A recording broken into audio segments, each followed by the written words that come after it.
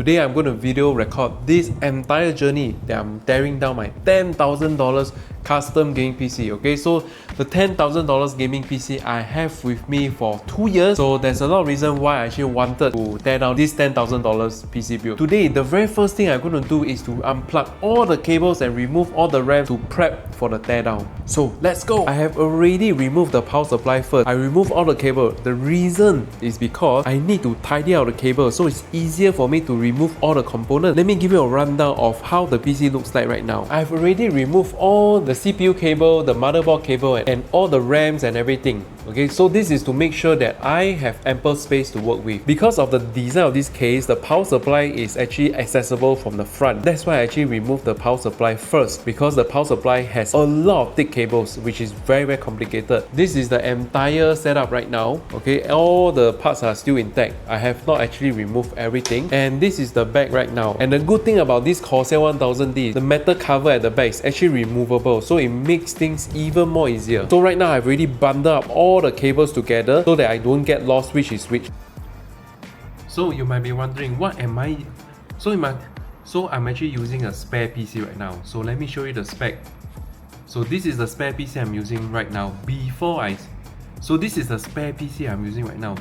switch all my main components to the new case. So for this PC, right, I'm using a 9700X as the CPU. For the cooler, it's actually a Noctua NH-U12, and I'm using 32GB XPG RAM. For the CPU, I'm using a 9700X. For the motherboard, I'm using the MSI X670E. And of course, all these fans that you're looking at is actually from Taobao. The case I'm using right now is the Lenny Dynamic XL. Plenty of room, as you can see. For the PSU, I'm using a Superflower 850 watts power supply. So this will be my editing rig for now. For the GPU, is the Power Color 7800 XT Hellhound. Today I'm going to do the draining of all the coolants from this entire PC. I hope I don't F it up. Today I'm going to do the draining of this $10,000 custom PC. We have to make sure that enough volume of the pail to actually capture all the water. Alright, so this tube most likely is enough, okay, to link it down to this pail bureau. Later on, I will try to tilt the PC a bit, right, and then after that and see. So what's my plan is I'll drain everything first. Of course, all the water will definitely be draining. So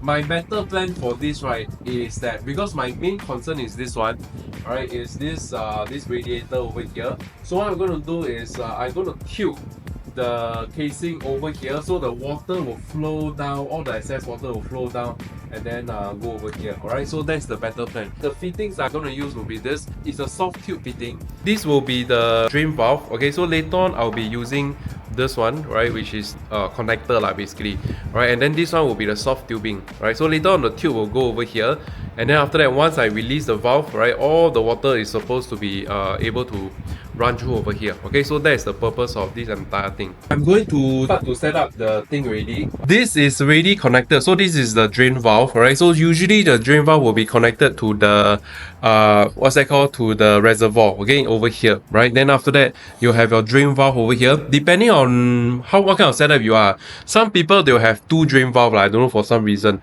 So usually for mine it's over here, right. But of course later on, the main challenge that I talked about just now, right, is basically this one, okay, this radiator, because this is actually at the top. So at the top, when you want to remove this entire thing, right, all this water will actually spill, right. So we need to make sure that I need to tilt all the water that will fall down over here, and then it will link through over here, then hopefully it will go over here. Alright, so that is my better plan. Or if not, I'll tilt the other way. Either way, I see which one works best later on. The water will actually flow through here, then go down, then after that it will go down over here. So I think maybe tilt the other side will be the better way. By right, when I turn on the thing, yeah, you can see, guys, all the water is actually coming down already. Okay, so not sure you guys can see. So all the water is coming down.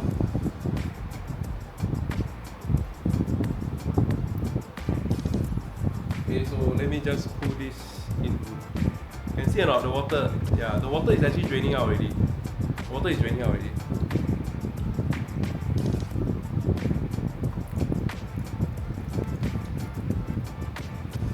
So there is still quite a number of water, quite a bit of water draining from the the radiator over here. Okay, so yeah. Basically what happened is all the tubes here is already drained already, alright? So especially of course the GPU side, the GPU is yet to be drained yet because of the way that it's orientated. So of course there will be some water over here, but majority of the water has been already been drained already lah. How can I remove here lah? Okay, so I need to do a little bit of thinking. Okay, so let's try. So I'm doing alone and this one is damn heavy guys. So I already done the draining, so there's still some leftover coolant over here, and of course this is the trickiest part that I need to take note of, right? So what I'm going to do is I am going to remove this forcefully, and then hopefully I can kind of like twist this around. Alright, then I can drain this part. Once this part is drained, I can start to remove the GPU already. Yeah, hopefully I don't damage anything.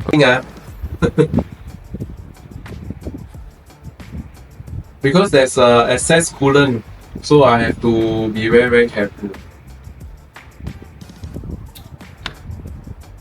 See, I'm done. So we successfully kind of like plug out, okay, I'll say the connectors, right? And then I already drained every single thing. So technically the GPU right now is actually safe already, so I can actually kind of like remove the GPU right now. Okay, so the GPU is the most trickiest part because there's a lot of cables behind, right? So that's why I need to remove the GPU ASAP so that I can access all the ports behind. And then after that, later on I can actually remove the CPU connector, which is over here, right? And then I can remove the entire motherboard. So these two core components must be removed by today, so that at least I got some time to go and clean up the motherboard, refix back the GPU, that kind of stuff, right? So that's the plan for today. Okay, so I already removed the GPU already. So as you can see, just give you guys a glimpse now. Okay, so this is the X670E Asus Maximum Extreme. Okay, so this was the highest tier end I can buy previously. Okay, so very expensive motherboard. Is it worth it or not? Up to you. It was worth it to me during that point of time. Okay, so as you can see, it has a lot of mirror finish. So when I remove this, when I'm going to remove this motherboard, I need to make sure that I use what's that called, the glove. Okay, so that I can actually kind of like prevent any smudge, okay, on the glass, because this one once the mirror is smudged already, a bit hard to remove lah. Right, so but of course later on I'll give you guys a more in-depth walkthrough, okay, of the 1002 motherboard, right, and whether or not you'll be the judge lah, whether or not do you want to buy a motherboard that's so expensive. Okay, so it's entirely up to you. Yes, I don't think I'll be changing this motherboard for a while already, because this motherboard is really very good for me. Okay, so yeah, so this is the motherboard itself. So I have already removed the motherboard. Okay, thank God there's nothing major that's happening. So what I'm going to do right now is I'm going to remove the top radiator, okay, and then which is this one, the top radiator. And then once I remove the top radiator, I disconnect this, which is this particular one, right, and then I will remove this. Okay, so this will be a much more easier task. Okay, because the top one, yeah, for some reason I just feel that it's much more tougher to take out. Okay, but the good thing is there's no electrical component right now, so I can actually kind of like safely remove every single thing. Okay, so I already removed the tubing from this, so I'm going to remove the radiator from the top, right, by unscrewing this. So once that is done, then I'll remove this, I'll pull this one out. Okay, then after that, yeah, then we can actually remove all the fans. Then I have got more space to work at this radiator. Alright guys, so I have already removed all the entire component. So I'm left with the fans over here, right, and the reservoir. So this is the Corsair 1000D case. Okay, it's a super huge case, right? But of course, for those of you guys who like a showcase piece, then this one is for you. But if not, highly recommend to really reconsider, right, because you will have a lot of work to do lah, okay, when you build on this case. Okay, especially the most trickiest part is at the side here, at the front, because if you're mounting 16 fans with radiator, it's going to be very challenging because the screws is actually at the bottom, right, you need to screw in 2 screws holes over here. So that is the most trickiest part. You have to screw from bottom, and then it's not really very accessible, as you can see from my finger over here. Okay, so you need to screw from here and then one over here, either depending on where you mount it. Right, if you ask me, it is quite a dangerous PC case to work with, because if you're not careful, this entire thing might just topple down, and yeah, and then you'll get injured. Okay, so it is it's a very tricky case to work with. Though it's big, okay, it's very big, because it makes my EATX motherboard looks very small over here. So yeah, so that's the thing about this case. Okay.